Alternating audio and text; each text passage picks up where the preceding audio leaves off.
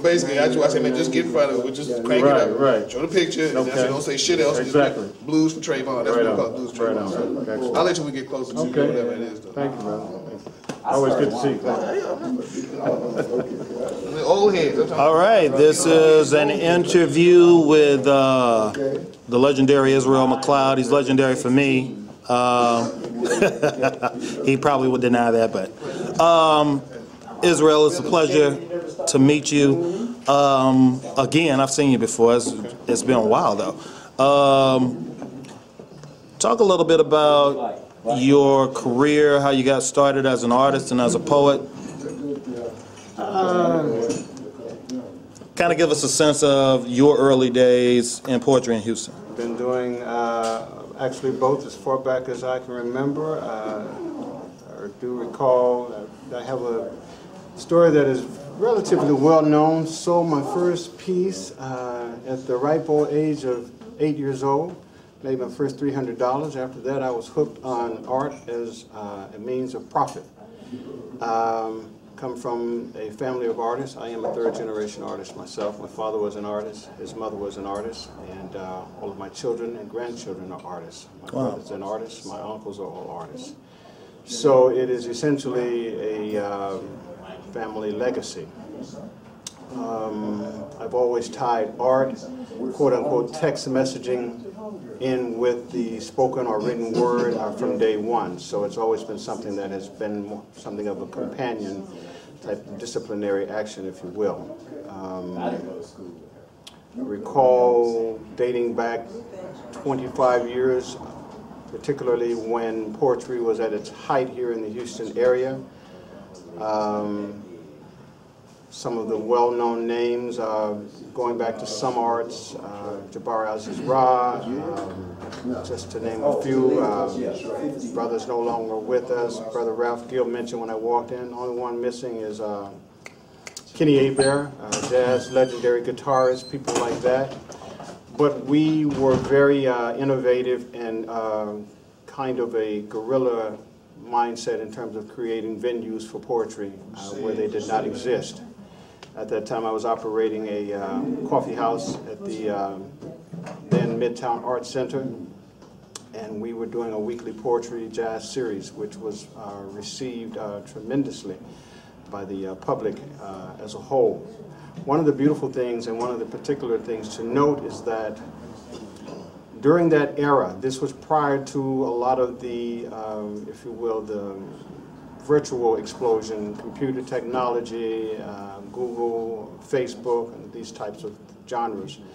So poetry particularly was a means of expressing and making a connection, a means of doing face-to-face. It was an alternative to, I'd like to say an alternative to ignorance. And this is something that has since kind of disintegrated over time and has been replaced by some components that are not quite as personal and not quite as effective in terms of linking people up so that they are able to communicate in a way that does not rely on technology, computers and what have you. And we see a lot of this going on right now where people are actually unable to express themselves openly and intimately. So poetry was, is, and has always been that particular means and vehicle to unite people and bring people together, to express themselves and to kind of release. So I'm happy to see this going on in this particular, day and age, again, a resurgence of poetry here in the Houston area. What happened with the coffee shop that you ran at the Midtown Arts Center? As with all things, I'm a firm believer in the philosophy that everything has a beginning, a middle, and an end. We reached a peak with that. It ran for the duration well over a year. It was actually very well received and supported by the Houston Community College student body, as well as the collective Houston community. I subsequently lost my lease at that particular facility, and so ultimately we ended up closing that particular address. But prior to that, it was a springboard, a catalyst, if you will, for a lot of literary activities. I actually was able to go from there. We did a brief tour in many of the surrounding cities, Austin, New Orleans, what have you, as well as spots on NPR, National Public Radio.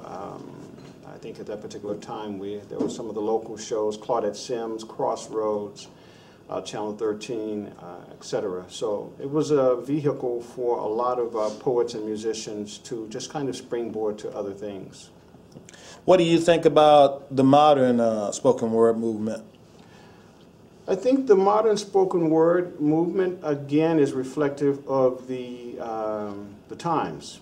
One of the things that I find interesting that we did not really cater to a lot of during that era was slams. Slams particularly seem to be something of a gimmick, and again, this is open to debate, but it takes away the intimacy of the poetry as a genre for expression and communication, and it basically shifts it to a level of entertainment and competition. That's well and good if that's what the artist's objective is.